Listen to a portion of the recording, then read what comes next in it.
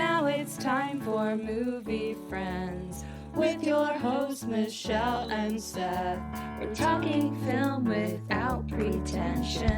We're finding cats that are unexpected. We'll watch a movie, film, or schmovie, and we want you to join our journey. So subscribe and share this podcast, or this might just be the last of the Movie Friends. We're movie friends. We want to be your movie friends. Hey, welcome to Movie Friends. I am here with my friend Michelle Rubenstein, who is of ancient druid origins. And I'm here with my friend Seth Vargas, who is tightening his belt by one loop so he doesn't feel hunger pains this episode. What's going on? How are you? Doing well. We've cooled down a little bit. Yeah. I filmed an interview for the doc last Saturday. You did? Now we're in the throes of booking all these other interviews, so that's a fun update on what I'm doing. I know. It feels like the rest of the summer and everyone I know are kind of slowing down, and I feel like July for us is the exact opposite. July, you and I had a phone call. We sure did. Which is odd for us. Yeah, you keep saying that. I don't feel it's odd, but Yeah. Okay. It's not on the norm. We don't speak on the phone on the norm. No. But we had to sit down and hunker down some dates and plans and what are we doing? Because, yeah, July is like, it's going to be a full busy month. We got the OC. I know. Season 3 recap coming. That I am so 5 people want. Hey, listen, you say and that. And we're 2 of them. But like our OC episodes do really well.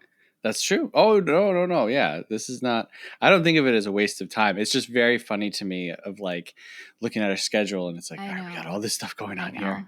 And we've got the OC season 3. But I finished OC season 3 for those of you at home who have been following my OC journey. And I have a lot of thoughts. And like I've barely heard what I want to know, and I cannot wait to jump on a recording with you and get down to it. So that's coming. That is one of the things that's coming down the pipeline. And I think I say this every year, but I'm very excited to now jump into the next season to see how they deal with season 3. And it's the last one. Right, and it's the last one. But like every year, I'll put it off until... And you'll binge it in a weekend. So last minute. Stresses me out that's how you do things. But you know what? To each their own. We also have the Stony Brook Film Festival coming up in July, which is very exciting. We're also doing interviews for those, booking interviews with filmmakers and recording the interviews and getting those all ready to put out for the festival. It's exciting. It's really exciting. Yeah, if you're in the tri-state area, if you're going to be on Long Island between July 17th and 26th, check out the Stony Brook Film Festival, and you can save 25% off at checkout with code MovieFriends. That's on right. Any of the passes, a la carte tickets. Wow, 25% off? Isn't that great? What a deal. Yeah, that is really, really great, actually. And you don't have to do anything other than use our code. That's it. Save some money. And it's not like we don't get a kickback. Oh, yeah, we get nothing for this. This is just for you guys to go to the festival. We're in this for the love of the game, just like the people who run the Stony Brook Film Festival, you know? That's right. Yeah. They're bringing in filmmakers from all over the world, all over the country, and they just want people to go. So they're like, hey, tell people. We're like, we will. You know, our episode that we did with the crew behind the scenes of Stony Brook Film Festival was our most downloaded episode last month. Wow. That's awesome. Yeah. So if you haven't checked it out, you should check it out. I really like... This sounds like we're reading like pre-written commercials. I know, but we're not actually. If you're listening to this, we don't rehearse any of this. No, nothing. We don't rehearse anything ever, actually.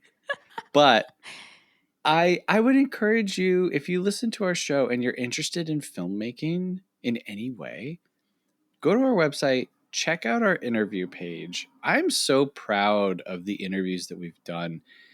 And to hear from filmmakers who are making movies for the most part themselves.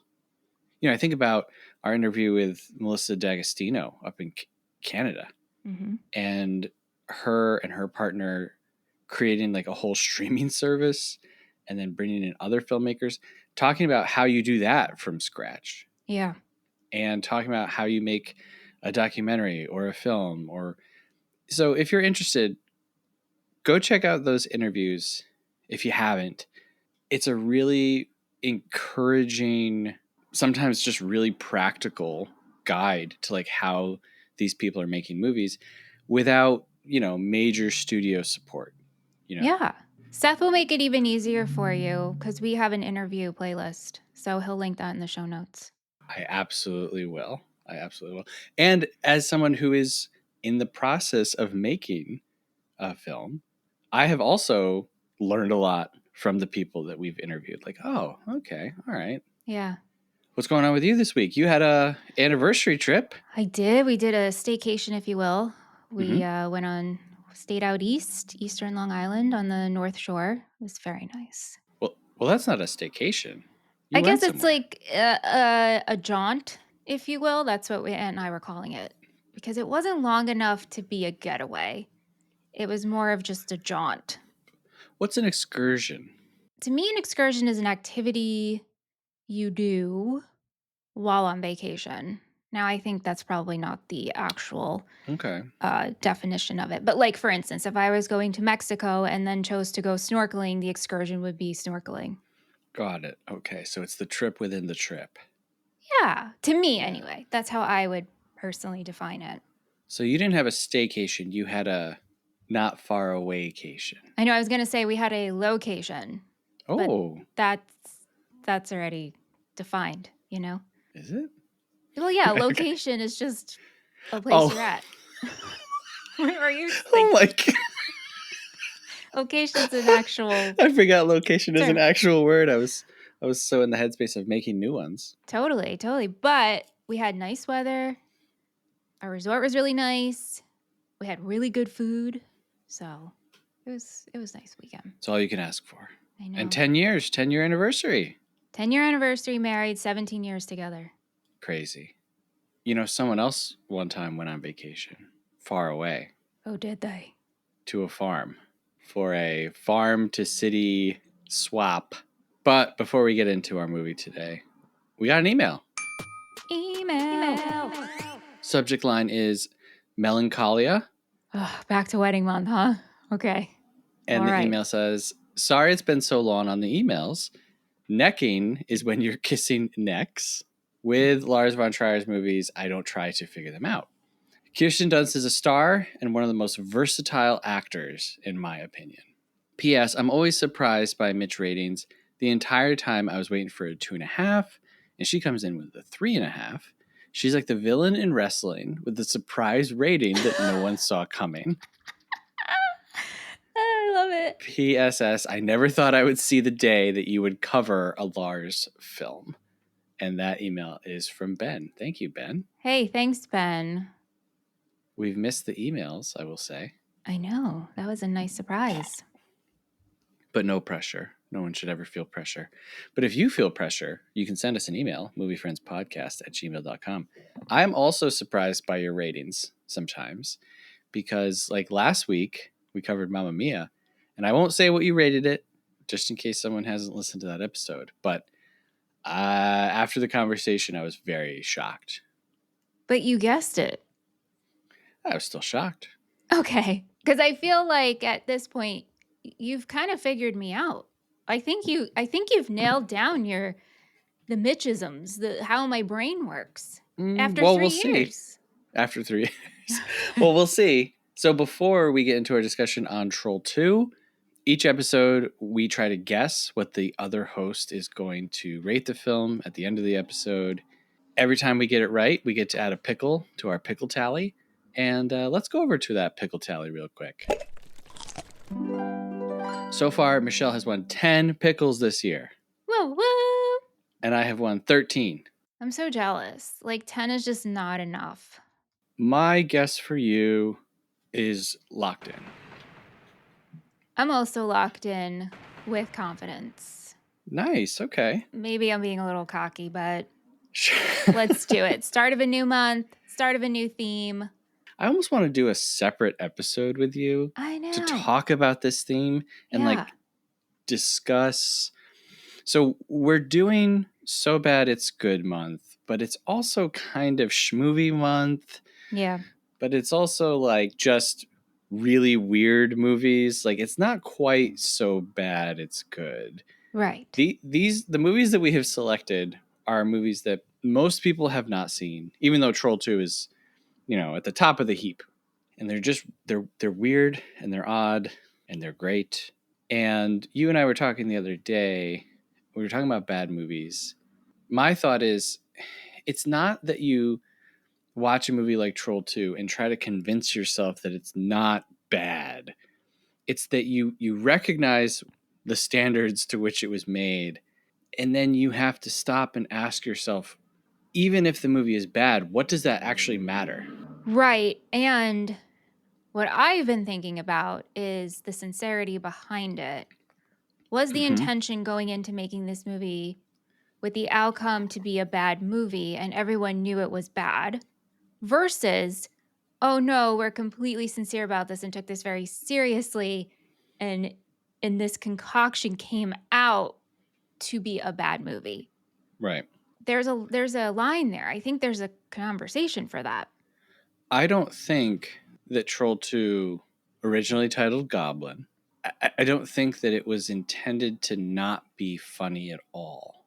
And I'll give you a few examples. Okay.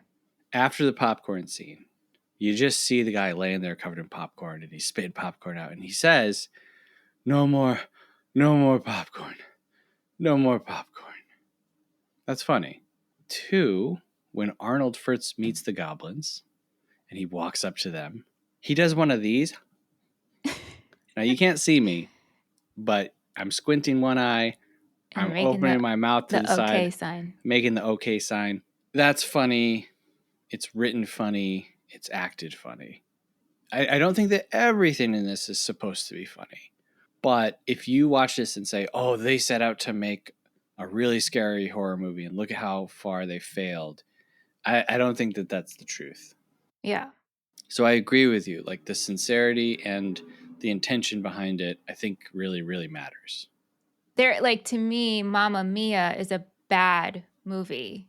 Yeah. Because they set out to you can listen to our episode on it, but you hired people who couldn't sing. You chose all these decisions. Yeah. It's different. It's the same thing with Ed Wood movies too. It's different. It's a different, yeah. It's different. So, Troll 2, you and I watched this together. We did. So this goes into a very, very small group of movies that you and I have watched at the same time in the same room. Are we up to 4? Barbie, Back to the Future, Troll 2, 2001: A Space Odyssey. The only other thing I can think of us ever being together and watching something is the Breaking Bad finale. Well, yes, you guys would come over and watch episodes of Breaking Bad. But that's it. Yeah. Right? That's well, I mean, who knows? Throughout high school, it's possible. I mean, maybe, but in recent memory, and especially for the movies, it's what a lineup. Yeah. But yes, what a lineup. And besides two of the greatest movies ever made. Besides film festival stuff. Oh, that's true. Okay, that's true. We also watched Humanist Vampire Seeking Suicidal Person together.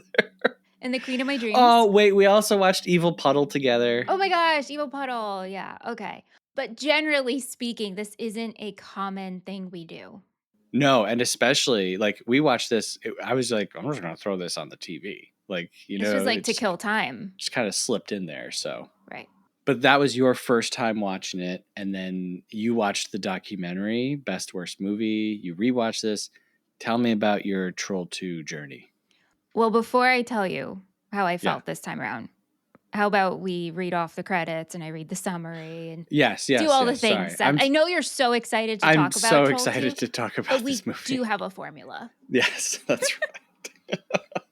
Like I said, we don't rehearse this. All right, so we're talking about Troll 2 from 1990, directed by Claudio Fragasso, written by Rosella Drudy and Claudio Fragasso, cinematography by Giancarlo Ferrando, composed by Carlo Maria Cordio, Edited by Vanyo Amici. Costume design by Laura Jemser.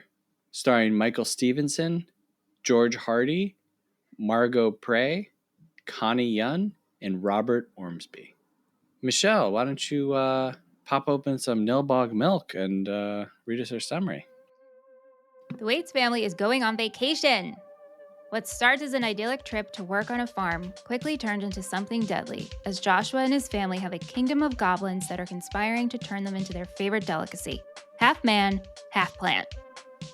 Joshua is aided by his dead grandfather, Grandpa Seth, and together the unlikely duo will thwart the goblins at their own game. That's right, folks. It's the movie that will have you saying, this movie should definitely be called Troll 2. Wowie! I try to end every summary with the title of the movie, and I was like, how the heck do you do that? But anyway. Very nice, very nice. Yes. Okay, so your Troll 2 journey. Take us on it. Troll 2 journey. Well, when we watched it together back in May, we had a grand old time. I couldn't believe what I was watching. And truth be told, you have been talking about Troll 2 since we started Movie Friends. Yes. It has been brought up on multiple episodes. One day we're going to cover it.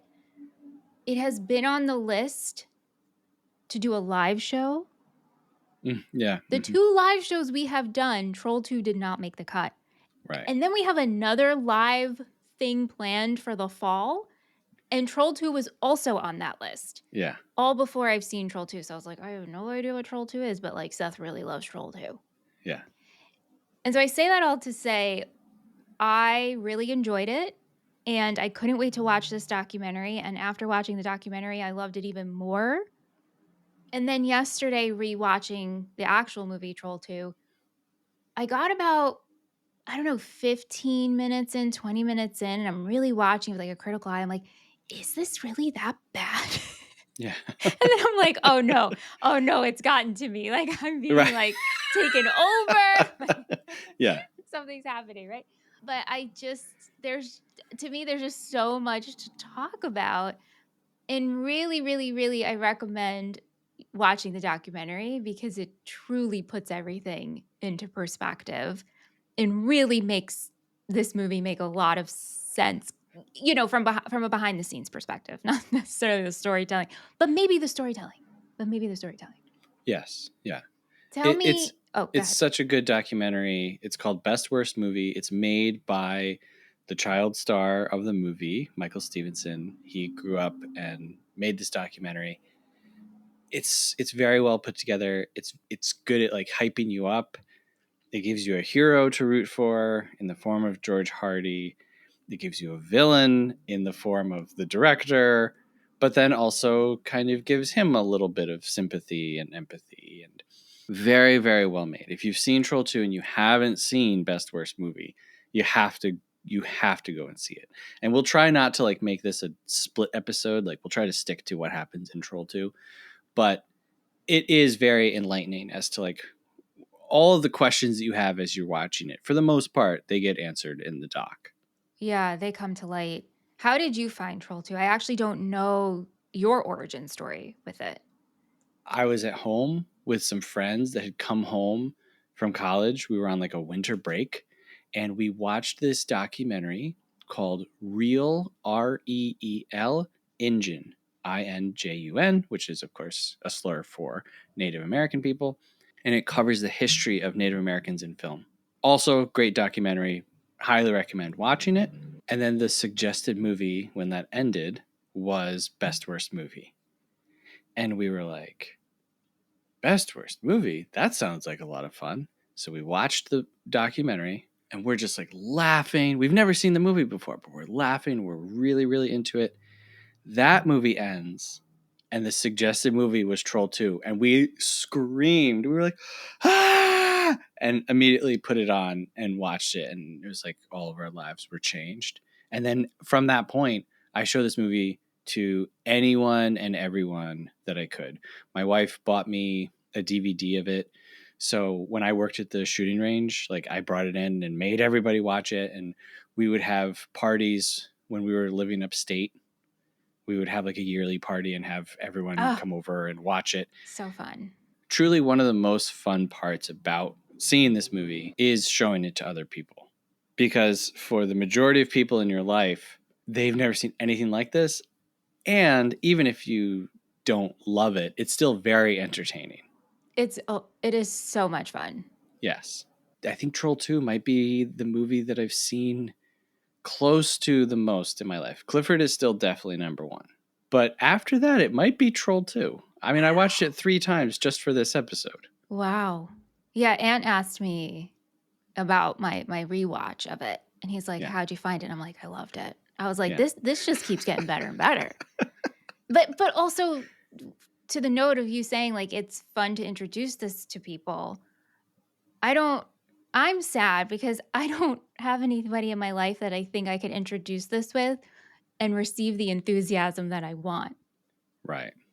Which is really unfortunate. It's tough. It's tough. But that's like our whole show, right? Yeah. For the first year, I programmed every episode and it was like this is like one of the greatest movies I've ever seen. Let's show it to Michelle and see kind of like what happens, you know? But it's so worth it to do, but you have to have a willing participant. You can't force someone to like something, but you want the other person to at least be game. Yes.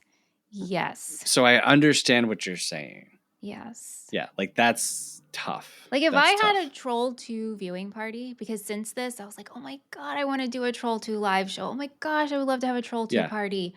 I'm like, who would come? Seth and Jean? Andrew? Yeah. That's it. No one else is coming to my Troll 2 party. Maybe we need to just open this to the public. Maybe you and I just need to rent a theater.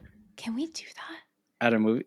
I mean, like, sure. You can do that. But, you know, I love a theme and I like going hard into a theme. So I'm just like, imagine the food you can make. Like, there's so much fun you can have. And in the doc, people do get together and have watch parties. And they do, you know, add to the theme of it all. I'm like, I love that theme.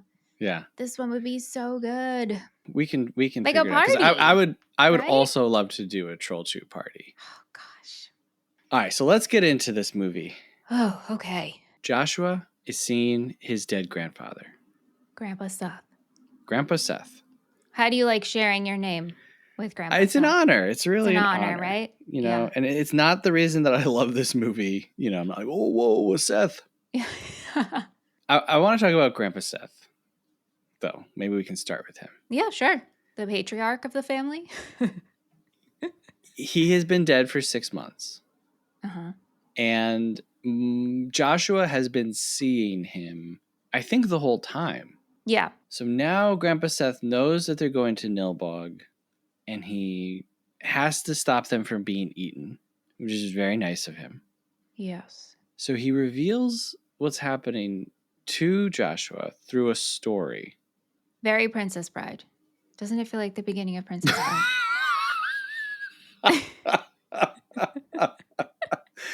Very, we have Princess Bride at home. Yes. Grandpa Seth has magic powers. And this time around, I took note of all of them. Okay. So I just want to read for you all of the powers that Grandpa Seth has. And then I want to ask you a question. Uh-huh. Okay. So Grandpa Seth can obviously appear to Joshua. He can appear as another person with the homeless guy on the side of the road. So he kind of like takes over this guy's body. He like shapeshifts a little. Mm-hmm. Yeah. He can freeze time, or at least freeze people for 30 seconds. Yep. He can shoot lightning. He can appear in mirrors. He can make bologna sandwiches. He uses an axe to cut off Credence's hand. So he's not just a ghost with like superpowers. He can actually like have an impact on physical items. Uh-huh. He makes and distributes a Molotov cocktail to a child, carries a fire extinguisher. He transports Joshua to Credence's house. Yes. And then Grandpa Seth's voice leads the rest of the family to Credence's house. I believe that's it in terms of like superpower abilities of his. So my question to you is, why is Grandpa Seth only using a child to fight the goblins? Yeah, I think because Joshua is the only one who's open to receiving the presence of Grandpa Seth. The way this family deals with grief is terrible, and especially the mom, Diana. She clearly is still suffering over the loss of her father, and because she wants nothing to do with it. Yeah. Like, Joshua, I told you, shut it down. You need to get those thoughts out of here. He's You gone. Must banish him from your mind. That's is right. The word that's used. That's right. So I think it's because Joshua is just a pure soul and a pure being and will be open to receiving. I couldn't help but think during this rewatch, and I know it's only my second time, but I'm like, is Grandpa Seth somehow a goblin? Is the mom a goblin and she's been in on it the whole time? Which wouldn't really make, and I understand it wouldn't really make sense because I don't know if they eat their own. Okay.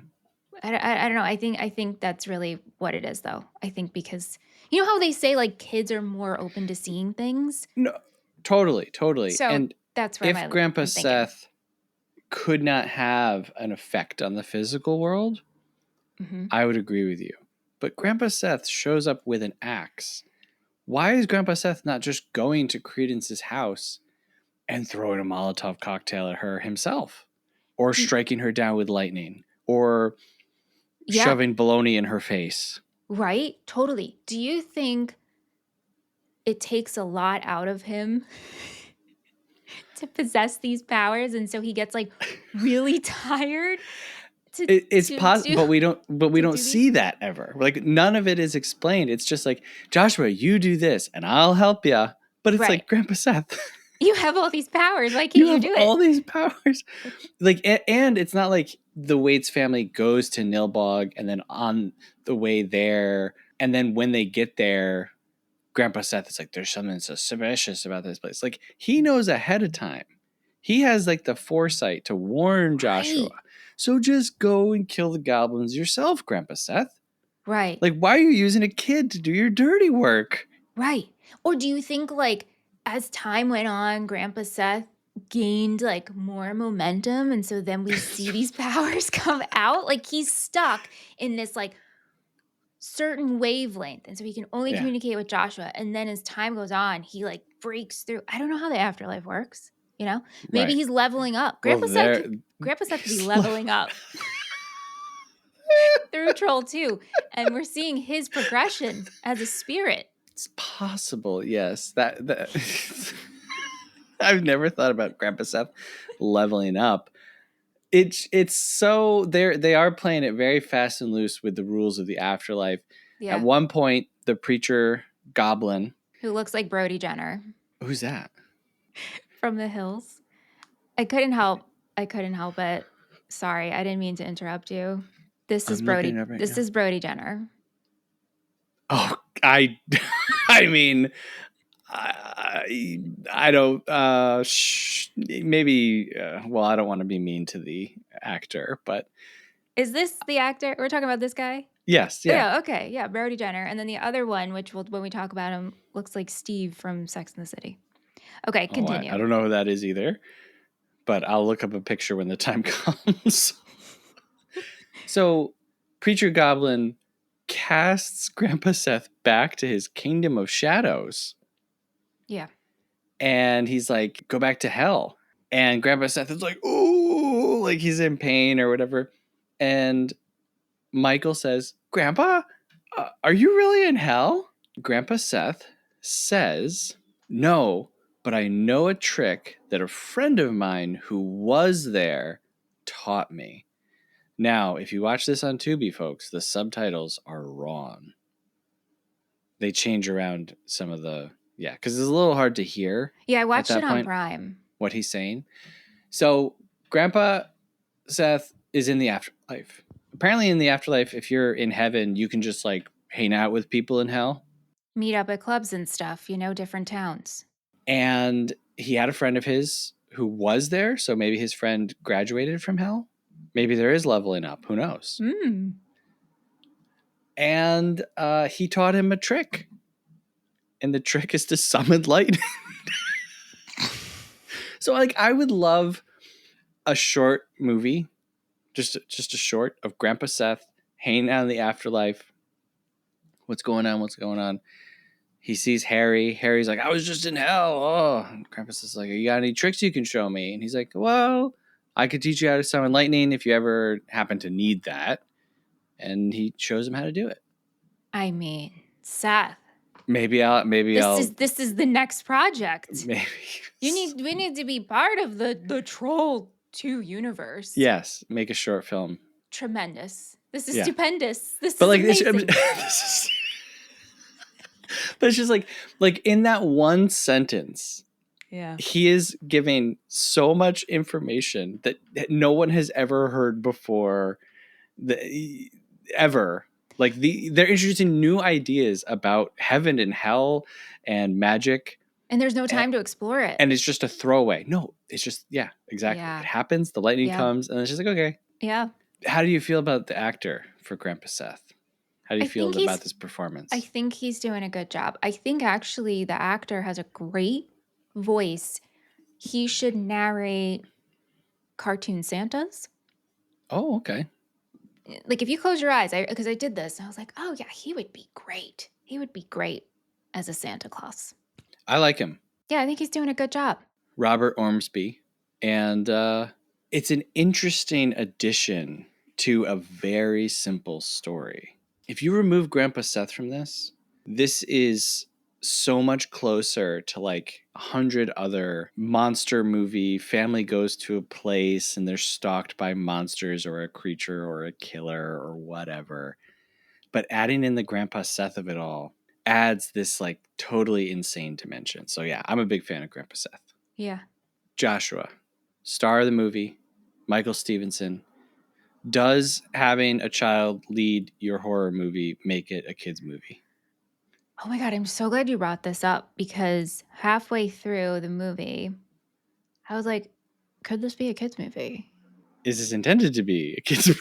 I don't know if it's intended to be a kid's movie, but then I'm like, it's so hard to think, like if I was a kid and I saw this, would I be afraid? Because really, as a kid, I was afraid of dolls. Yeah. Chucky was the first movie I saw at 4 years old, scarred for life, never seen it since. Yeah. You want me to watch Chucky? It's got to be like 8 a.m. We're surrounded by all the good things in life. And maybe I'll watch Chucky, right? So if I saw this as a kid, would I be freaked out? Or would I just be like, oh yeah, that movie was weird? Has Job seen this? Job has. I actually watched this with both of my kids today. Wow. Yes. And the youngest was riveted. And now, how old's your youngest? Just for 4.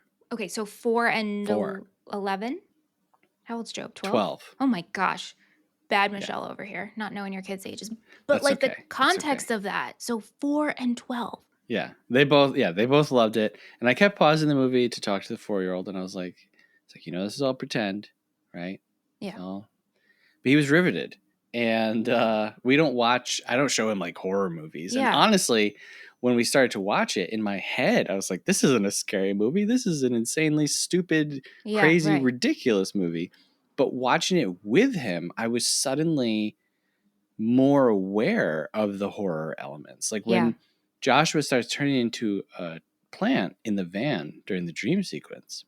I've always liked that scene because I feel like the effects are pretty good. I mean, the chloroform green is always a little bit much coming down the face. Yeah. But I feel like the effects, I mean, he's got like a branch poking through his chest.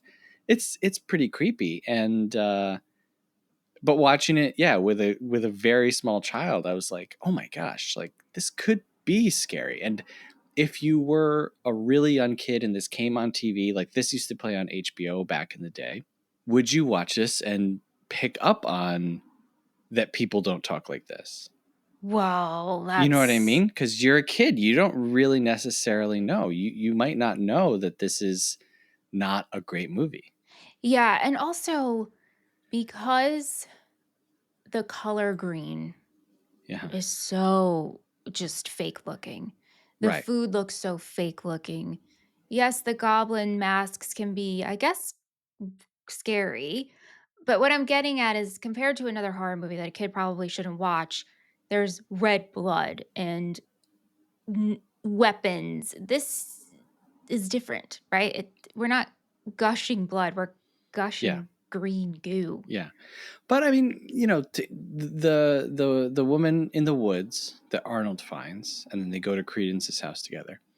Her death scene, I don't want to say like, oh, it's so well done and it's so scary, but if you're a kid and you haven't seen a lot of horror stuff, it's pretty intense. Yeah. You have a woman screaming, writhing around on the floor as she slowly turns into increasingly jello-ish states of matter. That's creepy. Well, I guess also this can play into the idea of I have friends who are still to this day afraid of E.T. Right. E.T., to me, we talked about it. I thought he's cute. I always thought he was cute. Yes. And as an adult, is he still creepy? I don't think he's creepy. But like if you saw E.T. as a kid, a lot of kids were freaked out by him and still afraid of him. So yeah, I get what you're saying. Yeah. I also think that with kids, they don't have as much context for things. Sure. And I'm a big disliker of kids' movies because I've watched so many with my kids. And it does feel like sometimes, not all the time, but it feels like sometimes that kids are not, their sensibilities are not respected. And so it's like, it's a kid's movie. We can kind of get away with, plot holes or things not being quite up to snuff, or it's fine. This is just something that kids are going to watch. And that's a cynical view on my part, but it's my experience. These movies, for the most part, they're just not that great. Like I feel like it's more rare to find a good kids movie than not.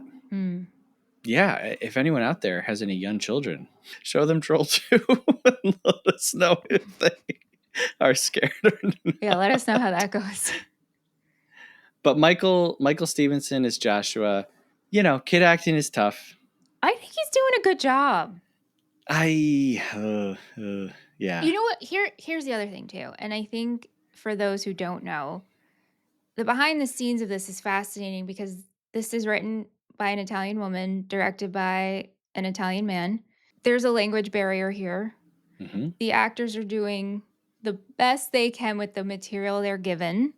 Yep. And they're reading these words off the page. It's not really making sense. Words are getting lost in translation. I think actions are getting lost in translation. So when you keep it in the back of your mind, you're like, they did the best they could, I think. Yeah, definitely. And again, he's a kid who's acting. He's not like a professional, so I'm not like coming down on him, but it's tough. And it's possible that some of the dialogue is tough. Like when he gets a few moments to just kind of, I think of when they wake up after the first night and he comes down and sits on George Hardy's lap and he's like, "Good morning." That's just like a normal thing to say, how people actually talk.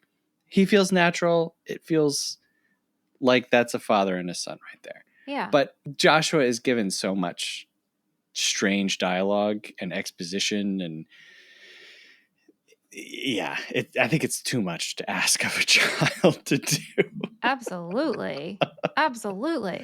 By the end of it, Joshua is just so traumatized. Like he goes up to his bedroom and just like picks up a truck, sits down on his bed, and he's just kind of like, ugh. It's like, holy cow. And then in the final moments when he's like, they're eating my mom. If he didn't have to say that stuff, I feel like it just would have worked better. Like maybe just have him scream or maybe look? Just have him reacting to stuff. I don't know. But the dialogue is definitely a big perpetrator of anyone in this movie not coming across as good as they could. Yes, absolutely. Okay, tell me about Holly. I just did the symbol that she does. Michelle did the upside down glasses hand thing. Yes. Holly is popping and locking it. Mm-hmm. She is working out. She's getting fit. Was this because Rosella, the writer, was this her thought and vision for what American teenage girls are in the late 80s, early 90s. Like they care about their physical appearance a lot with weights, I guess. Working out a lot, obviously interested in boys. There's so much to say about Holly. I almost feel like there's enough here for its own movie. Yeah. Like in the middle of this Joshua and Grandpa Seth story, you then have Holly and the boys. That's what it could be called. Holly and the boys. Holly and the boys. Holly and the boys.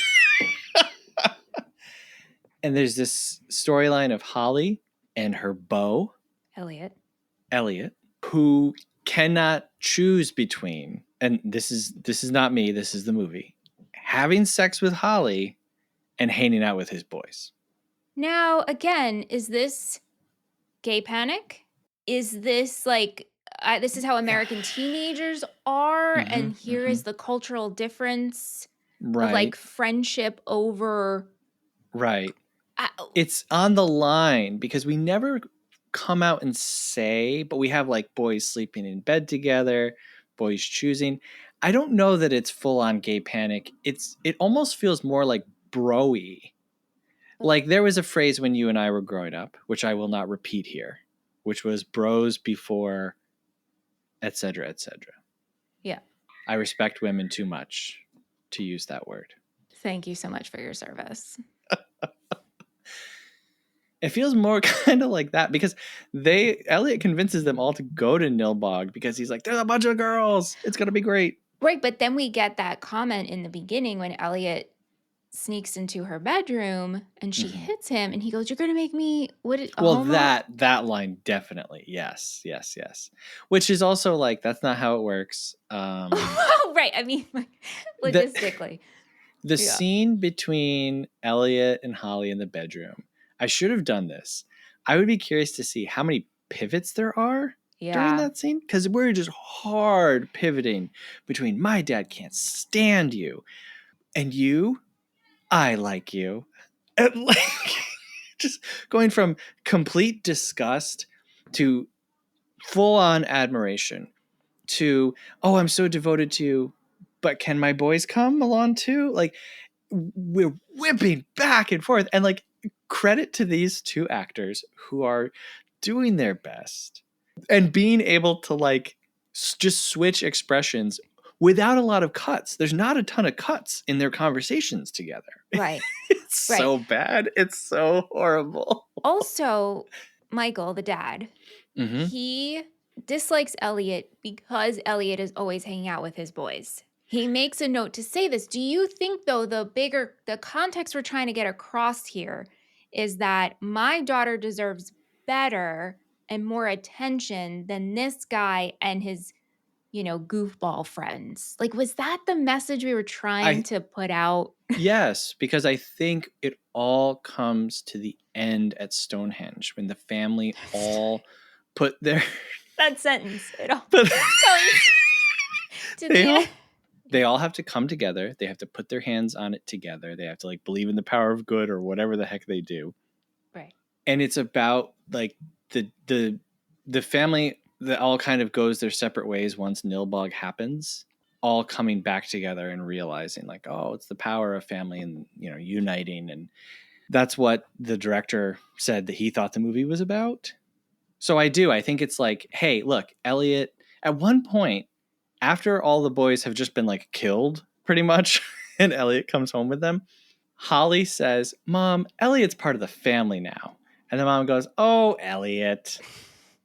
And so I think it's seen as like, look, if you're with my daughter, you're with this family and you're committed to us and you're spending time with us, not gallivanting around town with your boys. Right. I mean, that's how I took it. That's what I thought we were trying to get at. But normally you would reserve that type of language for people who are not teenagers. You know what I mean? Like, hey, you're 30 years old and you want to marry my daughter. Meanwhile, you're always hanging out with your friends and never spending time with her or her family. What's going on there? These are teenagers. Young teenagers. Young teenagers. Yes. It's horrible. Yeah. But I like Holly. She's funny. Connie Young is just given the absolute worst stuff to do in this movie. The dance sequence. Oh, the dance sequence. Did you like her Garfield? I love it. Oh my gosh, nightgown? The Zodiac. I remember Yes. I loved that, and we looked it up because I was like, I want an Aries one. I need one. Yeah. There's a whole series that was made in the 80s of Garfield the cat as different zodiac symbols, and these were sold on t-shirts and nightgowns. Amazing. Elliot and the boys are so fascinating to me. There's no plan. There's not a lot of money. They don't really know where they're going. They just kind of like find Nilbog on a map. Yeah. Really, the whole vacation is very interesting. We hear Michael say that they're going to be gone for an entire month. That's right. And that they're going to live like peasants and farmers, and just like our ancestors did 100 years ago. And they're looking forward to this lifestyle for a month. Yes. Now, when I think of peasants, I think of more like medieval times. Yes. Like 100 years ago is, 1890. We're well into the Industrial Revolution. we're at the beginning of movies being made. You know what I mean? Like, it's not. Yes, there were farmers, but farmers and peasants. I don't know.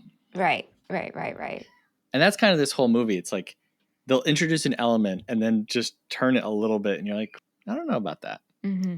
But they just they're a unit. It's like, sure, whatever. Elliot's going, sure, we'll all go. Why not? Yeah, I mean, that made sense to me. I think about my friend group. I think about Ant and the Thursday crew. The guys, they all would all do something like this, especially if you're young. The biggest thing to me is like, whose RV is this? And there's no parental units with the dudes. And again, these are young teenagers. To me, they're what, 15? I would think 16? 15, 16. If one of them is driving, 16, 17, but yeah. Young. I don't even think they're 17. I think that's 16. like pushing I think it. 16 is fair, yeah. Yeah, and Holly's got to be probably like 15. So we're real young here. How do you feel about Holly saying that her dad wants to cut off his little nuts and eat them? Right. Again, I'm like, what does this translate to in Italian? Is that a common threat in Italy? Yeah. Like something's not right here. Yeah. Because, I'm a dad. I don't have a daughter, but I just cannot imagine saying to my child's partner, I'm mad at you and I'm going to cut off your little nuts and eat them. Like, what would be an equivalent threat? I mean, in America, we would just say, I'm going to kick the crap out of you. Right? Or, whatever. I'm going to kill you. But like this goes to another layer here. So intricate, right? It's very intricate. It's very intimate. It's very thought out, So that, I think, I should have looked this up. Like, in Italy, maybe this is like this is a threat. Right. All the dads are doing it. Don't watch out. Papa. Mm-mm. The inclusion of the boys also makes sense because sometimes in like a slasher movie, you'll have your main characters and then you'll have some secondary characters. And the secondary characters, they're all dispatchable. You can kill all of them to show the threat in your movie, show what the monsters can do without losing your core group of people. Mm-hmm. For the first time after watching this, I don't know how many times. I would say this is probably the 25th time that I've watched Troll 2, conservative estimate. It was like I could see the structure of the movie for the first time. Like I could get past the insanity and just like questioning everything. And I could actually see like, oh, no, wait, parts of this do really make sense. I think if you dubbed this movie, you could make the whole movie make sense. Yeah. I also was thinking, you might be thinking differently, structurally speaking, but if this was dubbed in Italian, does this movie make more sense? We need to find some Italian people to... Do we have any Italian listeners? Yeah, we have listeners in Italy. Not a ton. This is your call to action. Germany's a big one for us for some reason. Yeah, okay, so if you live in Germany and you speak Italian, let us know. Please let us know about Troll 2 and watching it in Italian. What's that like? Yeah. The mom, Diana, who I don't I don't know if we ever hear her name spoken in the movie. I don't think so either. She's called Mom a lot. She is. Yes. How did you feel about her? Gosh, I just, towards, how do I even express? How do we talk about the mom? Yeah. Towards the end, I feel like we were given some good things.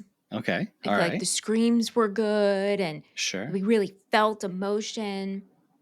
And then in the beginning, it's just so awkward and like, yeah, just dead eyes.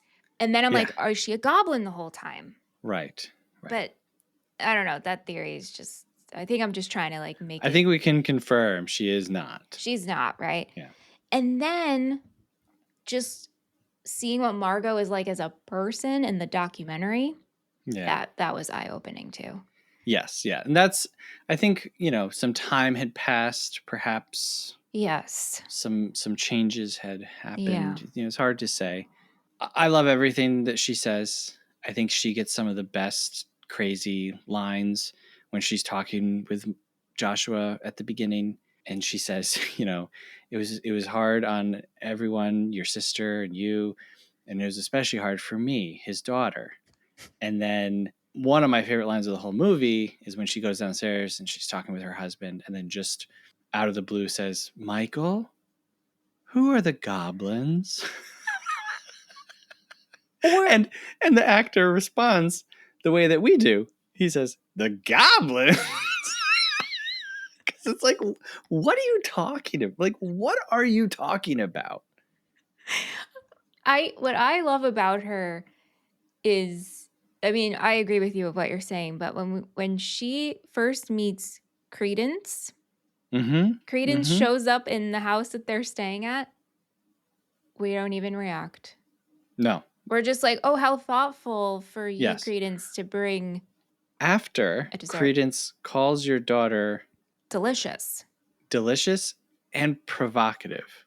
Again, lost in translation here. Yes, I believe so. I believe so. Because we know that Credence eats people. Yeah. And so calling your daughter that all makes sense. But then, it's like there's some fine lines of what they were trying to do there. It's like, oh, the bad guy is subtly hinting that they want to eat your daughter. Right. But again, the mom is just like, you shouldn't have gone to all this trouble. Right. Like there's just no it's like these people, the whole family, when they arrive in Nilbog, just don't, wow, these people seem so normal. Oh my God, look at all this food they left us. Wow, all this good looking food. No. No one even questions the green color of the food, why this food is left. Right. Not reacting is kind of like a little bit the name of the game here. When Arnold, who's one of the boys, chases down a woman who's running through the woods, chases her down, tackles her to the ground. The first thing he says to her is, "Who are you?" She is frantic, but she doesn't say, "Who are you?" She's like, "Are you one of the monsters? Are you Arnold then sees the monsters approach. Now, okay, you're a teenage boy. Mm-hmm. You see monsters for the first time in your life. This confirms to you that monsters are real. You have entered a new understanding of the world and reality. No reaction. He says, "Who are they?" Just like that. Right. He's also the one, by the way, who reminds me of Steve from Sex and the City. And so in my mind, I'm just like, oh, young Steve. All right, let me look this guy up. Steve Brady, Sex and the City, when he was younger. Oh my gosh. So much so when we first watched it, I was like, is this the same actor? Are you kidding me?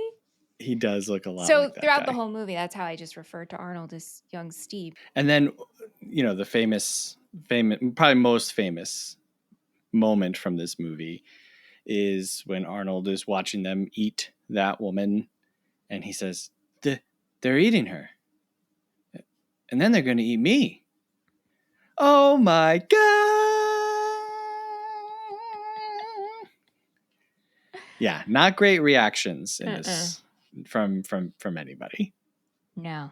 But I love the mom. She gets so many great lines. Joshua, Start singing. Come on. Sing that song I like. Now, when you hear sing that song I like, do you think that the next thing out of his mouth is going to be row, row your boat?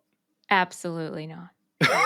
You're like, oh, he's going to sing the mom's favorite song that she listens to over and over and over again. Again, where did that come from? Mm-hmm. Are they in Italy? And someone was like, yep, this is what Americans sing in the car as like a car game. It might come from not having the rights to use an actual song. I guess so. Or maybe we could just like make up one. I don't know. know. It's funny that they didn't start singing like the Star Spangled Banner or something. Yeah. On Credence Leonore Gielgud of ancient Druid origin. How did you feel about her? She's a queen. No notes. Yeah. I love every single thing that Deborah Reed is doing as she portrays Credence. It's a big performance. It's a big performance, and I think she's doing a phenomenal job with the source material.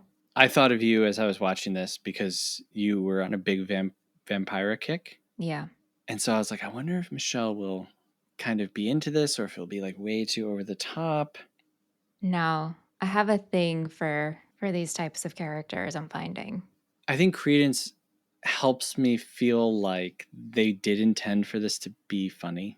And this actor is just better at doing this. Yeah. Because she doesn't match with the rest of the movie. There's no other character that's anywhere near this tone. Yeah. Does that make sense? It does. She's very expressive. Her eyes. This is my house. She like it's all in her face. She does such a good job at expressing. I'm taking my glasses off so I can do some eye acting. Oh my God, the eye acting. But she's doing a lot of like rotating of the neck. Yeah. If someone looked at you like that. Yeah. Also like big grin. Oh, it's a dance. It's a dance. Watching it this time around for the show was also very different from any time I've ever watched it because I kept thinking of you and the whole anti-vegetarian message of the movie, which I knew. Like I said, I watched the documentary before watching the movie, right? So that was in my head. But I never realized like how kind of offensive it really is. So for you as a vegetarian, how did you feel watching this? And did you pick up on a lot of that messaging? Oh, yeah. I mean, but I found it very funny. But also when they're having their meeting and they're talking about how disgusting meat is and also in screaming out of like, the fat will get into you and all of the, I was like, yeah, meat's gross. Like I'll be a goblin. But then again, right, we're like, well, I'd be perfect to be one of you. Yeah. But you are turning people into plant matter so then you can eat the people instead of just like, because you're like, well, if you guys are vegetarians, why don't you just go eat plants and vegetation? But it's like, no. We turn the people into plant matter. Sometimes, because sometimes they just turn to goo and we'll eat them that way. And that's okay. They don't need to actually become plants first. There is a big distinction there because Arnold is straight up becoming like a tree. Yeah. Where everybody else is just turning into Jell-O. Yeah, right. It's funny. They're giving the idea of like, hey, if you eat enough plant matter, you actually become half plant, half person. And so I was like, that's also kind of offensive from this anti-vegetarian standpoint. I mean, is that offensive? Yes, because it's not true. Oh. That's something that someone who's mad at vegetarians. But it's so silly. It's so silly. But the way that she writes them talking is so like dogmatic and evil and like viewing people who eat meat as evil and disgusting and da-da-da-da-da. And like, yeah, I always just thought it was funny. And then I was like, she really hates vegetarians. She hates vegetarians. She's like, her friends are eating or not wanting to eat the steak. Yeah. And then the people the people who are the vegetarians are the villains and literal like monsters. So she's saying like, hey, vegetarians, this is what you're like. You are like a cult of goblins who use magic to turn other people into plants so that you can eat them. It's almost like when you have that really obnoxious vegan, he just needs to preach about being a vegan, and then they need you to turn you into a vegan. And like, no offense to my fellow vegans and those who eat a vegan diet, but like, we all know that obnoxious vegan. Sure. I mean, I think we all know that obnoxious fill in the blank of any type of lifestyle. If you want to be politically correct with what I just said. But yes. No, I'm just saying, you know, the guy who got really into working out in the last 6 months and just really loves to tell you about how they've never felt better and how everything in your life would get fixed if you would just work out. I've been a vegetarian since I was 13. I never was the preachy vegetarian or vegan. And when I was 13, no one around me was a vegetarian minus my dad. And your dad was vegetarian? He was pescatarian, but pretty much ate a vegetarian diet. I never knew that. Yeah, but my friend, like I look back at this, my guy friends, like in early high school, they would call out to me, plant eater. You're such a plant eater. Yeah, we'd be walking and they'd look at the leaves. They're like, Michelle, you want to go get a snack? And I look back, I'm like, so stupid. So stupid, yeah. And I would be like, yeah, you guys are so funny. And now you all are vegetarians and care about your health. So whatever. Clearly I have a thorn in my side about it. But so anyway, the long answer is I found this very funny. And if I'm an evil goblin, so be it. I'd love it. Can I chill it, Credence? You know, I always want to be a villain of some sort if I'm playing a role because that is not me at all. Right. It just seems fun. So you would want to be Credence? Like you think you could pull off I couldn't Credence? pull off a performance like her. Yeah. But I would love to be a goblin. Okay. Give me like I could run around and be like, and like just wear a mask. Oh, so bad. How do you feel about the masks and the prosthetics and stuff? I think they're so fun. Probably really hot and sticky and smelly. But I think I don't know, it's just really fun. It just seems like a lot of fun. Yes, they used little people actors to play the goblins. Yes. I cannot imagine running around in the woods of Utah in the summer, wearing those masks, having the hands like basically taped on because they're too big, wearing burlap sacks. Yeah. That has to be absolutely miserable. Yeah. And then just slopping it up in all the green slop and like rubbing it on your... Please. Do we know what that was made out of? I don't know. I can't imagine it was anything fun. Like just imagine nothing's the fun. Nothing's fun. Imagine the stickiness. Oh yeah, not good. Oh God, not good. Like you go home at the end of the day and it's like I just imagine every part of you is like wet and sticky and unpleasant, and then you have to come back and do it again the next day and get like picked up by George Hardy and thrown down the stairs. But goblins, if we've learned anything, have like amazing aim. They do. And like such distance. I was blown away. I was blown away when one of them throws it at Arnold, right? Yeah, it's like a javelin. Holy moly, this little goblin. Such height you got. Before we get off of Credence, I have to ask you about the popcorn scene. How can you not ask me about the popcorn scene? I have no words. Like I have no words. I have no words for a lot of this movie. If we could start from the beginning of that scene. Okay. Who's watching TV? The friend that's left behind. The unnamed friend. Yeah. Yeah. He's not Drew. He's not Arnold. He's not Elliot. He's the other guy. He's the other guy. He's watching TV and it becomes staticky and the outdoors appears, the forest appears, and Credence is making her way. She's now beautiful and young. And she's making her way like so sultry, and she has her corn cob. The actor who plays Credence went from doing all of this eye acting to doing all this corn cob acting. Is that an act? Sorry, I went to a pitch that's just, the dogs hurt, but like corn cob act. That's what she's. How else would you describe it? It's like, what do I do with this prop? This prop needs to be in focus. This prop needs to be part of this scene, and so she's doing this corn cob acting. She is making corn sexy. Yes, she is attempting. She's sultry. I think I just have hard eyes for Credence. So. We might be on two sides of the fence as to whether or not this is successful. We didn't say that it was successful, but she's sultry. So she's like making her, and she's coming, and it's just and then she like puts it in her belt. Where's she put garter it? Belt? A garter belt. Her hosiery. So you're like, what's the plan here? Is this to lure him? Is this like a gift of food? Like, I'm trying to think, like, what, as we've been saying this whole episode, like, what is the bigger picture here? What were we trying to get across here? The goblins' favorite method of giving people the poison that turns them into plants is milk. Yeah. Nilbog milk. Nilbog ice cream. A Nilbog pudding, which pudding is like a...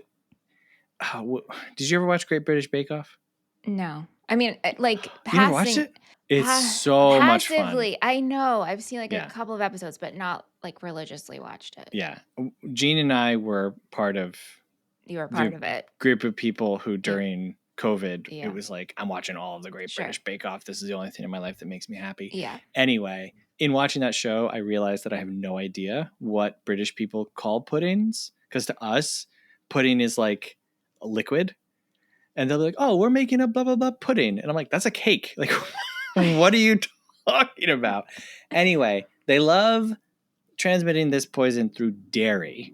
So when Credence shows up with the corn, it's not like, oh, that's the goblin corn that turns you into plant food. But it does have that one stripe of green frosting on it. Right. So she goes in and he says, I like popcorn. This is truly something I've just never seen. I've never seen this in a movie. They start not making out, but co-eating the cob. Let me ask you something. I think this should be a new party game. You know, suck and blow. Wow. The card. I right? do. Can you explain what that is so that people, because that sounds worse than it is. It does. Is that what it sounds? I mean, it's what I'm thinking of the scene in Clueless when they're at. Right. You take a card. Yep. And you're sucking it in. Mm-hmm. Holding it on your mouth. Right. And then you're passing it to someone else, and then they will suck the card from you. Yes. And if you've seen Clueless, this takes place at the party scene with Elton and Cher, and he drops the card and kisses Cher. Yeah. Anyway, so as I'm watching this scene, I'm like, is this the new suck and blow? Imagine this being a party game. I think I would attempt it with Aunt, obviously. Okay, a couple's game. A couple's game. Maybe it could be a race. Think about it. If we have a troll party, Seth, this is the party game. Okay.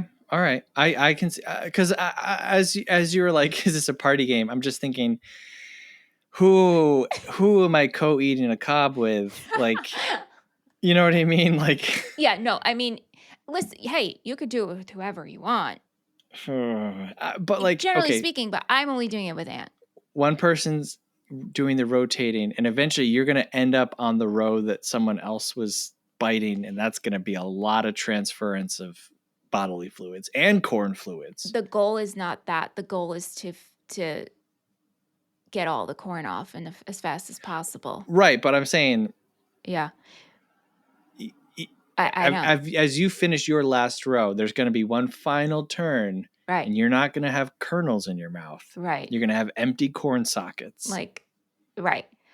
But I was watching this scene. I like slowed it down and then I watched it. And honestly, if you look at the movement that they're both doing, and they really are working together. They are, yes. You know what? This would be a great team building exercise. It's a great team building exercise between two people. Yeah, figure out, you might learn a lot about your partner seeing how they twist their cob and what their plan is. You can't use your hands. Right. And so it's, it's a lot to think about strategy-wise. Are we doing typewriter style, straight down the line, turn it? Are we doing side by side? One person does the left, you do the right. You need to have equal tension. Yeah. I mean, there's so many ways you could do this. Yes. But in the movie, they start to eat it and she says, oh, we just need to warm it up. They're going to town on the corn cob and then out of nowhere, they're just getting blasted. I mean, with it's popcorn. So hot in there. Yeah. This one small cob of corn becomes an insane amount of popcorn where this kid is drowning in it. We never zoom out. Right. So, is it just the bed? Is it just his face? Right. Is the whole trailer? This also, not to be, so nitpicky on the story details of Troll 2, but this leads me to also okay, Grandpa Seth has these weird powers that are undetermined. The trolls also at one point just transport themselves. They go from the house straight to Credence's house. So trolls can teleport. They can make popcorn appear out of nowhere. Do you think the popcorn out of nowhere was a freak accident? Oh, no. I think that Credence knew what she was doing. Really? I don't think this was her first. I don't think this wasn't was her first popped corn. No, Nilbog has been doing this for years. But that kid, he lives, and that's right. That's kind of a weird. This one was just for Credence. Yeah, I think this is how she just got off sexually. Mm-hmm. So that's why I'm thinking maybe the corn. Oh, maybe the corn is it's I'm gonna lure you type an aphrodisiac. Yes. That's another backhanded compliment to the vegetarians. It's look, this is how vegetarians have sex. See, this movie is offensive to vegetarians. I love it even more. You are confirming everything that this Italian writer thinks about American vegetarians. You're the only vegetarian to watch this movie and be like, sign me up for being a goblin. Nilbog sounds like a great place. Mm-hmm, Induct me in. The Nilbog thing, did you get that? I didn't get that. I didn't get that until Joshua got it. And then you said to me, did you get it in person? And I was like, well, now I do because Joshua and you just told me. So. Right. Nilbog is goblin spelled backwards. Before we get to the star of the show, the general store proprietor. Okay. The store owner, when Drew goes in, because he's like, I need coffee, I need milk. Yeah.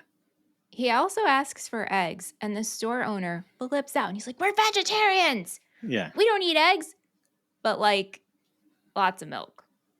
Lots of milk. Tons of milk. But no yogurt eggs. Milk. That was weird, because then in the vegetarian sense, I'm like, well, that means you're a vegan, but you're drinking lots of milk, but this is goblin milk. Right. Anyway, moving on. Where does the goblin milk come from? Did they have goblin cows? Well, are they milking themselves? Something's being milked. Right. Who's being milked? And why is it so? It's curdled. It's just sitting on a shelf. Oh, man, I want to know. Where does the milk come from? Well, that's a question for another day. Yeah, okay. But I love the proprietor. He's just got a great look. He's got a great hat. Very menacing. Yeah. Okay. Everyone's favorite guy. George Hardy as Michael, the patriarch of the family. How did you feel about him? When we first meet him, he is downstairs on the couch and he's wearing these pajamas, but the shirt's unbuttoned. Mm-hmm, and he's posed with his knee up. Mm-hmm. Yep. I'm like, who are you posing for? Just sprawled out on the couch like that. Posing for himself. Posing for himself. He's another one. Well, no, everybody was, but the lines that he says, what we're giving him. Did you ever watch MacGyver? No, I know of it though. Yeah, he is he's just got such a great look. The 80s build and hair. In another script, I think he would have knocked this out of the park. He's just given such clunky lines. He has one of the other great moments of the movie, which is when they first arrive in Nilbog, the presences have left them this big meal. No one eats. No one ever takes a bite of anything. Like, it's the most delayed eating in every scene of this. At one point, there's a huge party, and the family's just sitting there, like, not eating because they're watching everyone, like, sing and dance around them. And it's like, just take a bite of something. Like, somebody, just take a bite of something. Because they're all starving. Right. They're all starving. It's been 2 days since they've eaten. Right. You would just take a quick little something. Right. Anyway, Grandpa Seth freezes time. Michael pees all over the table. We have to pause there. Yeah. Grandpa Seth freezes time for 30 seconds. And everybody's doing the mannequin challenge at the table. Right? Not well. Not well. And Joshua's only thought is to pee on this food. Resourceful kid. What would you do if you had to get rid of this food in 30 seconds? I would have just started, like, clearing the table, like throwing everything on the ground, stomping on stuff. You throw it out. It out. Yeah. And then everyone will, like, come to and be like, oh my gosh, what happened? You know, all the food's on the floor and smashed in and stepped on. But peeing on everything, that would not cross my mind. No. So he's on all of the food, but we don't actually see him pee, and we don't actually see the family finding him doing that. Mm-hmm. So my question is, at one point, does time start again? Right. It's got to be mid-pee. Mid-pee? And it's got to be. And everyone's like, I can't believe you did that. No one's like, does my son have an issue? Right. What possessed you to do that? Right. Holly's cleaning off, and she's like, oh, this smells. I mean, it takes more than 30 seconds to pee, right? Does it? I've never timed him. Yes, especially because it's not like 30 seconds stopped and he started peeing. It took some seconds for him to so much time. He's looking at much time. All of his family members paused. Right. And then he decides to pee. And again, it's like, Grandpa Seth. Grandpa Seth! We've seen you wield a fire extinguisher, an axe, and a Molotov cocktail. Can you freeze time and just do this yourself, you lazy bum? Right. And at this point, Grandpa Seth is out the window. He's not in the house yet. So Michael brings Joshua upstairs. Swings him over his shoulder. Pointing out to him along the way, look, the presences have put our names on doors. We are not in the big city anymore, kid. Okay? This is country hospitality. And you can't piss on hospitality. I won't allow it. Which is a great line, but I think that overshadows what comes next, which is Michael telling Joshua that he knows that he is going on a hunger strike in protest, but that Michael grew up actually suffering from hunger. So he has more practice than him. And yes, he is tightening his belt loop by 1 notch so that he won't feel hunger pains. Because at this point, you think Michael's taking off his belt to, like, hit Joshua. To beat him, yeah. No, Nope, they pull a switcheroo on you. It's surprising. If you watch this movie and paused it at the moment that Michael is undoing his belt, and you asked 10,000 people, what is he going to say and do next? Not a single one of them would have said, well, clearly he's tightening his belt loop by 1 notch so that he won't feel hunger pains.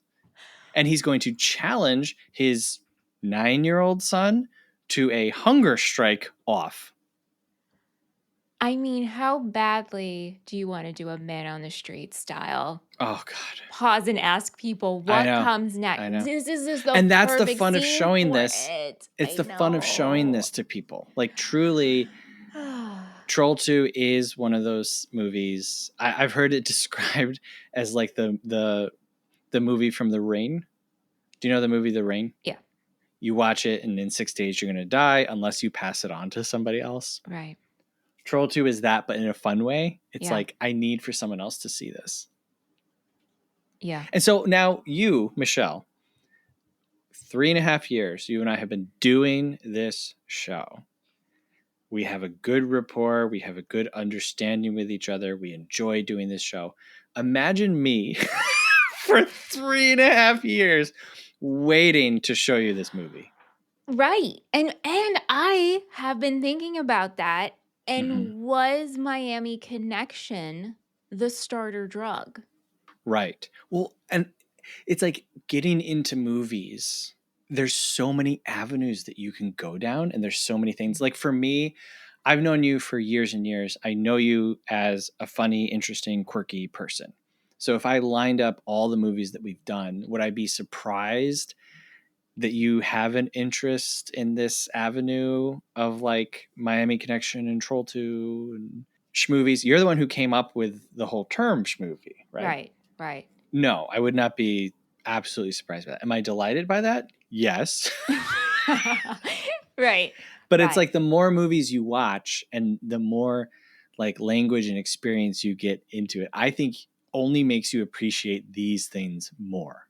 It does. And also, I feel, and maybe I'm just, I don't know, maybe this is just where I'm at in my life, but like, I want more movies like this. Yeah. I really am not interested right now in watching like the big, ooh, this is good. Give me more of this stuff. This is so, and again, that goes into the whole so bad it's good. There is a culture of that. People seek these types of movies out. Yeah. And it's like you have to know that it exists to now be like, well, what else is like this? Yeah. And so you have your starting point, and now for you in your own personal life, you can be like, this is what I want. Right. And this is what interests me. And this is kind of what this month will be. Yeah. A bit. Yep.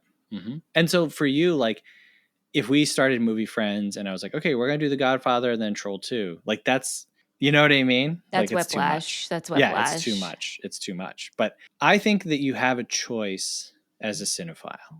Not you, everybody. You have a choice of like, the more you learn can either make you more and more pretentious, more and more arrogant, or you can find like a love for what movies can do.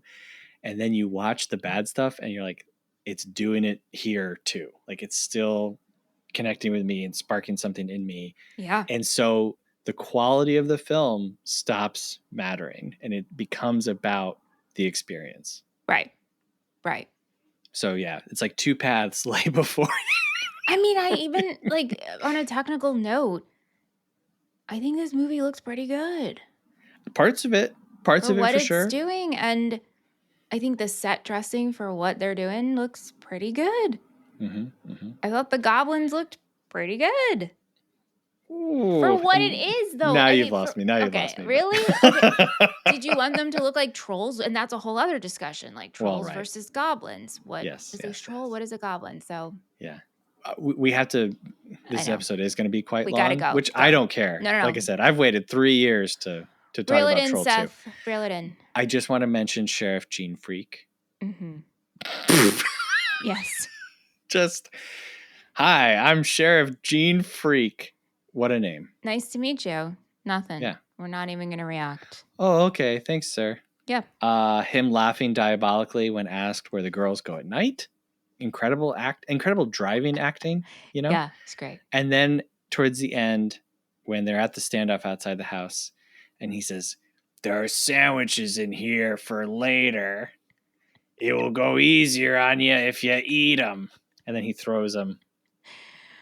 And he's like, if you don't, we'll have to kill you violently.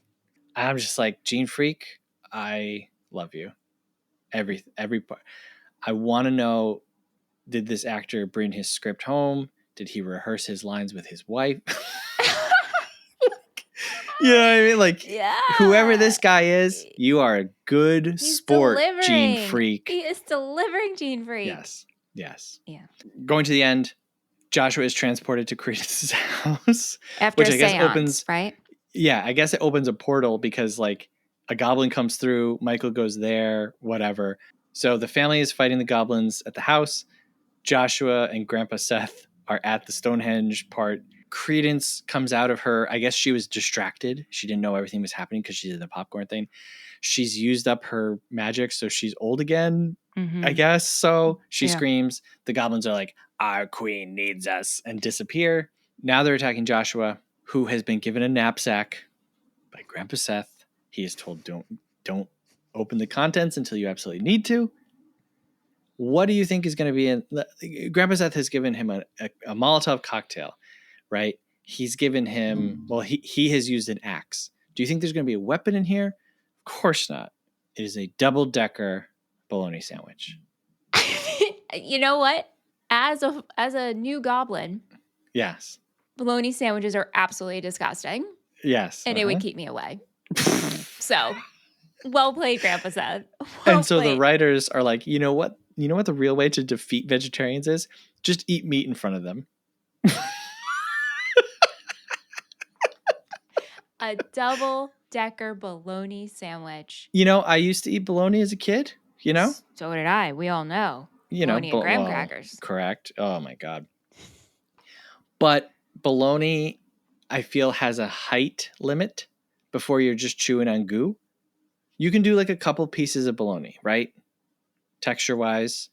But when you're sinking your teeth into a double-decker bologna sandwich, that's something else. I feel so nauseous. So they all touch Stonehenge. I guess they defeat whatever. They go home. Everyone is shell-shocked. Like, Elliot is like, I got to go home. Yeah. Well, the amount of trauma we just went through. Yes. Yeah.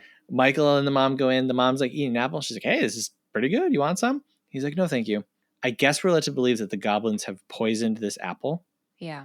Joshua goes upstairs, like we mentioned earlier, totally traumatized. And then he hears the goblins whispering to him. He goes to the stairs. He gets another baseball that says, yummy, mommy, so good, or something. Mommy tastes so good. Mm-hmm. Finds his mom being eaten by the goblins. Freeze frame on the screen. So Grandpa Seth's work was for nothing. Right. And so the writer's whole, at the end of the day, we just, like, good combats all. But it doesn't. It doesn't. Yep. Now, what would make more sense is if the presences actually did go to their house.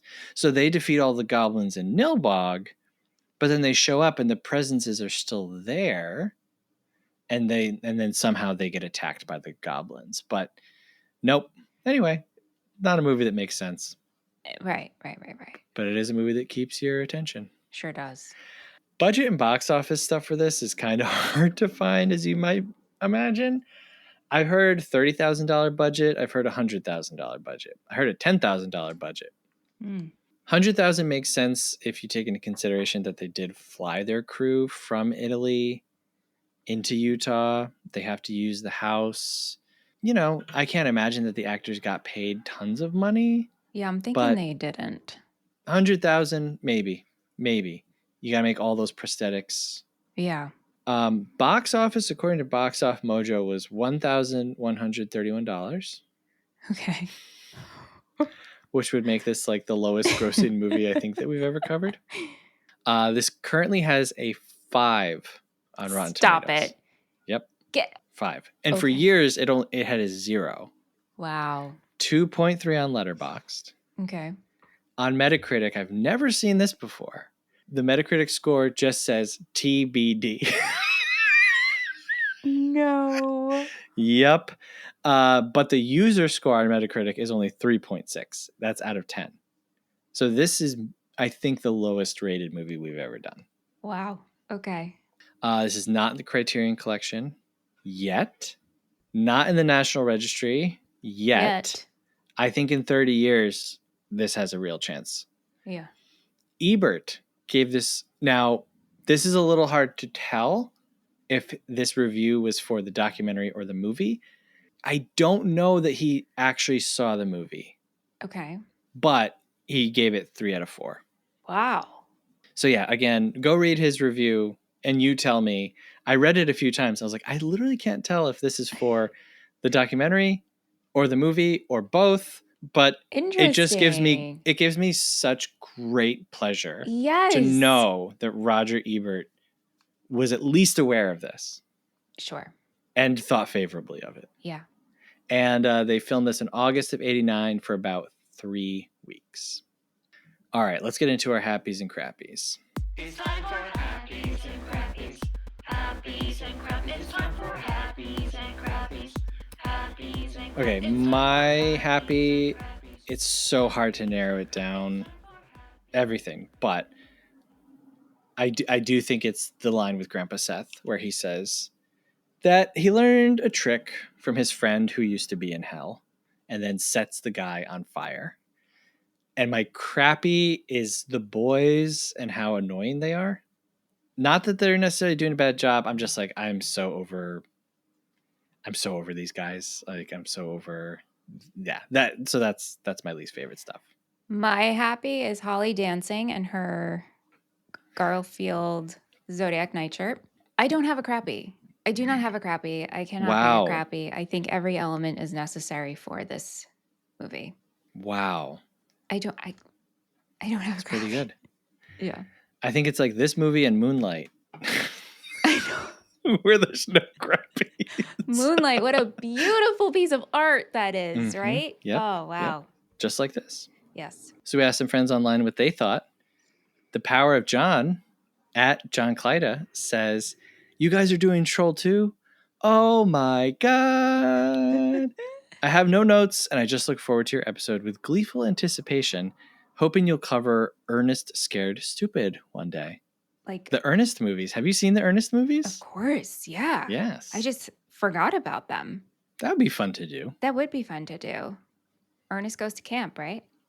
Ernest Goes to Camp. Ernest Saves Christmas. Oh, hey. Ernest Rides Again.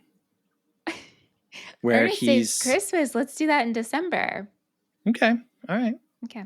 Jennifer Howell at Gen X Gen H. So that's GenX JENH. That's funny. Mm-hmm. Says, you have to watch the Best Worst movie as a double feature with this. And then you can find out that the screenwriter was motivated by a hatred of vegetarians because everyone knows we get our vegetables by serving elaborate magical feasts, which then turn people into vegetables. Mm-hmm. Rach at Rach_is_talking. Oh, I like that. That's good. Says, one of the first movies I ever watched because it was bad. A friend in high school made like 15 of us watch it together. So basically, ideal conditions. The popcorn scene took us all out. I think I was crying, laughing. Amazing. Robin at The Final Girly says, people love to talk about hospitality or they're eating her, but absolutely nobody talks about how equally, if not more wild, the rest of the movie is. Yeah, absolutely.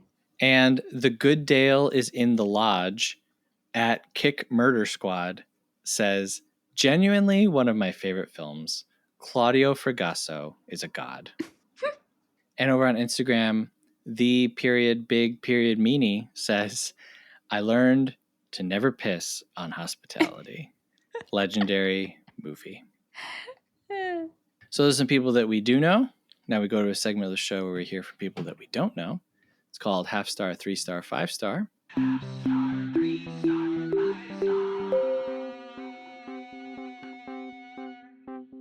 These are reviews from letterboxd.com, which is a website and an app where you can log, rate, and review movies. We start with a half-star review, which is the lowest rating that you can give a film. And we go all the way up to a 5-star rating, which is the highest rating that you can give a film. And for the half-star review, normally on this show, I'll read it in an accent or some weird way. Michelle, do you have any requests? I don't. I'm going to read it as Credence. Okay. Mm-hmm. I'm going to try. Okay. Yeah, this was bad. Really bad. But not even entertaining bad. It's just boring. The story drags, the concept is dull, and just how fun the god-awful acting is has obviously been exaggerated via the internet. Once the famous "oh my god" scene comes to pass, I realized there was nothing left but 60 more minutes of a boring, overhyped, and regretful Netflix stream. I want to compliment you. You did really good. And I pictured like a little, not little, but I pictured a cartoon vampire as you read that. Yeah. And it's okay if he's little. Well, I didn't mean to put that in there, but I was like, I'm really glad we didn't turn into Kermit. Right. Yes. That was great, Seth. And the writer says that she wanted to take the vampire trope. So that's where a lot of Credence's stuff comes from. Yeah. Of course. Yeah. And I picked that 5-star review because a lot of the 5-star reviews are actually really positive for this movie. I'm sure. Yeah. Yep. And this was one of the ones that I found that was like mad at this movie. They're bored. Yes. 3-star review says, I got to start rating more of these films of what I actually think of them instead of trying to be all serious and worldly when I review. Is this a good film? No. Is this a competently made film? No. Is this an entertaining film? Heck yeah, it is. It is such a beautifully fun trip from start to finish and one of the most enjoyable films to show to an unsuspecting audience who have never before had the pleasure as I did today. Mm-hmm. Yes. Be true to yourself. That's right. You don't need to be pretentious. 5-star review says, this is not the worst movie ever. Not even close. Yeah, the plot makes no sense. The acting is hilariously off the mark. The effects are god-awful, and the music is frequently a cacophonous mess. But the one thing this movie isn't, that a lot of bad movies are, is boring. This movie is consistently entertaining from start to finish, and that is something even good films struggle to be. Well said. Well said. I actually thought the music was pretty good. I thought the music was pretty good too. Like I said, dub this movie, you're clearing up 90% of what makes this a bad movie. Right. All right, so we rate a movie as a schmovie, a movie, or a film. We rate it 1 through 5 stars and give our final thoughts and recommendations. Technically, I won the last pickle, so I would go first. So what did you guess for me? I wrote down for you a 5-star schmovie. That is correct. Yes. That is correct. Yes. I don't give out 5 stars very often. In fact, today I just did a Twitter prompt saying, out of all the films that you have logged on Letterboxd, what percentage of them have you given 5 stars to? And mine was like 1.6%. Wow. Do you have this logged as 5 stars on Letterboxd? I do. I always say a 5-star movie is a movie that is perfect for what they set out to do. And Troll 2 is the only time that I go against that standard because I don't know fully what they set out to do. This is not a good movie, but this is one of my favorite movies. Like I said, I've seen this more than most movies ever. I think everyone should watch this. Every person on planet Earth should watch this movie because it is so entertaining. It's so funny. And like a deep movie, this creates conversations. And I think that Troll 2 gives you a specific type of high that you will chase throughout many, many, many more bad movies. And you will see movies differently if you can appreciate this. Well said. Well said.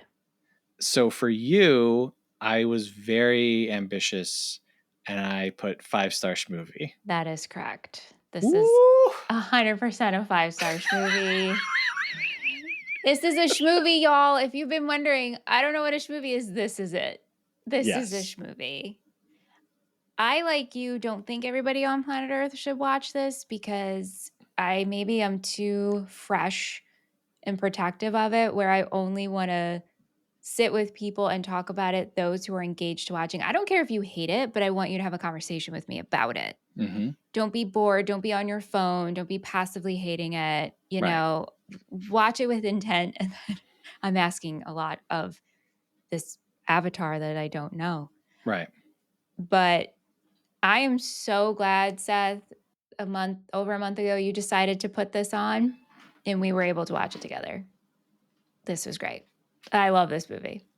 Like I said, it's always good. I appreciate, you and this project that we do together and your willingness to like be engaged. And this is very much like a you win some, you lose some, and you've experienced that now too, because you're picking movies. The patrons are picking movies, right? It's not just me like, hey, this is great. Right. And so now we're kind of all in this experiment together. But when something lands, It is very nice. It feels good when something lands on and with both parties. Mm-hmm. So it's like, both of us saying a 5-star movie is like, it's a very rare movie friends occurrence. That's a high compliment. That's the highest compliment. To be a 5-star movie? That's woohoo. Like we've said, a 5-star movie is better than a 5-star film. That's 100% correct. So does this movie pass the Seth Shell test? The Seth Shell test is our spin on the Bechdel test, and we require that a movie must contain something tangible that is impressive, whether choreography, production design, or a practical effect, and it must have a runtime that is justified by its content. I'm like half and half. Again, I'm not delusional. I would point to Michael's dream in the van, take out the chlorophyll green blood, and I think that scene becomes a little scarier. And then the woman in the woods transforming into the goo. I also think that they pulled that off. Yeah. I agree. So I would be yes and yes on both of these. I also am yes and yes on this. Again, maybe I'm under a spell, but whatever. Maybe you took a sip of the Nilbog milk. I probably did. Hey, if you're sipping on that milk with us, we'd love it if you give us a rating and a review wherever you're listening. If you're on Spotify, we would love it if you would leave us a comment on the episode. That's fun to hear. Please do. And hey, everybody who's watching our YouTube shorts, thanks. That's cool. Yeah. Thank you very much. Keep it up. You can also send us an email, moviefriendspodcast@gmail.com. Please let us know. Please, God. Please. We are on our knees begging you to tell us if you watched Troll 2 or what you think about it. And if you watched it dubbed in Italian, that's what, please. That would also really make our day. But, hey, we get a lot of listens every episode. So I'm expecting a minimum of five emails about Troll 2. Okay? That is the minimum. If we don't get them, we're not coming back next week. We got so many emails about Cinema Paradiso. Great. Please. This is the Cinema Paradiso of schmovies, okay? That's right. You can also support the show, patreon.com/moviefriendspodcast. It's $5 a month. You get to support the show. You get bonus stuff. You get to join our Discord. You get ad-free episodes. I mean, come on, folks. What are we doing here? You also get to vote on upcoming movies and monthly themes. Is there a bad movie that you find to be so good and you're like, I would love for a movie podcast to cover this, but no one is ever going to, or you've been listening to us for a while and you really want us to cover your favorite bad movie that you're excited about? Hey, it's not too late. Sign up. You get to nominate the movie. People vote on it. You never know. Okay? That's all I'm saying. Okay. Next week's episode is my pick, and I don't want to oversell the insanity of it. Say no more. Just give me the title. We are going to be talking about The Peanut Butter Solution, directed by Michael Rubbo. It's from 1985. It's 93 minutes. It's currently on Tubi. Okay. Have you heard of this at all? From you. Okay. It almost made it into Sethvember. It did almost. This was almost my childhood pick. Yes. I'm very excited. It's going to be great. I'm excited too to dive into another movie in this theme. So we shall see. All right. Thank you, Michelle. Thank you, Seth. Great movie. Great discussion. Yeah. And hey, thank you guys for listening. And remember, folks, you can't piss on hospitality. I won't allow it. Till next time, when we're talking about The Peanut Butter Solution, thank you for listening. Have a good one. Movie Friends is produced by Seth Vargas and Michelle Rubenstein. Theme music by Jean Marie Vargas. Visit us at our website, moviefriendspodcast.com, and please subscribe and rate our show wherever you are listening. You can support Movie Friends at patreon.com/moviefriendspodcast. Thanks for listening.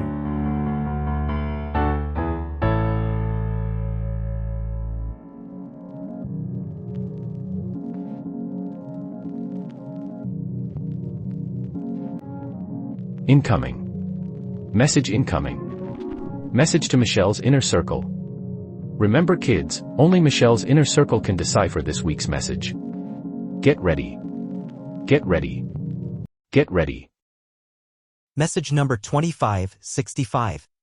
64, 72, 55, 69, 64, 43, 76, 53, 66, 65, 44, 55, 75, 63, 58, 83, 86.